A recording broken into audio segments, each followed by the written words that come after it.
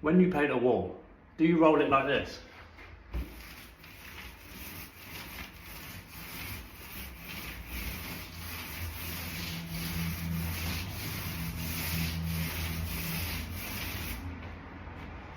I'm going to show you a better way to do it.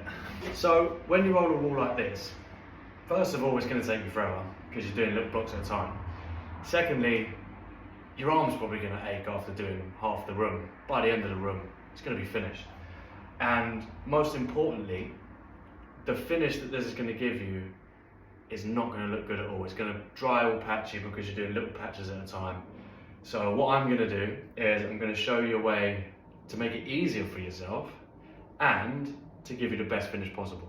The main thing I would suggest when it comes to painting walls is get yourself a pole, okay? This makes life 100 times easier. Instead of reaching up and bending over to try and get the whole wall with just a hand roller, you can literally do all of this from one spot. All you have to move is your arms. You don't have to move anything else. And the best part about having a pole is it makes it a lot easier to do this technique that I'm about to show you. The technique is simple. What we're going to do, we're going to load up the roller.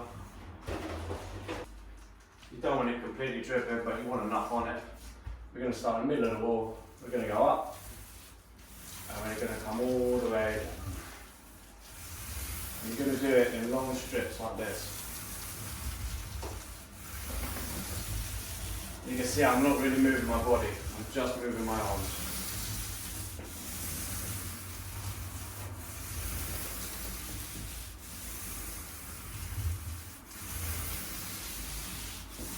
You just want to spread that paint out as evenly as possible.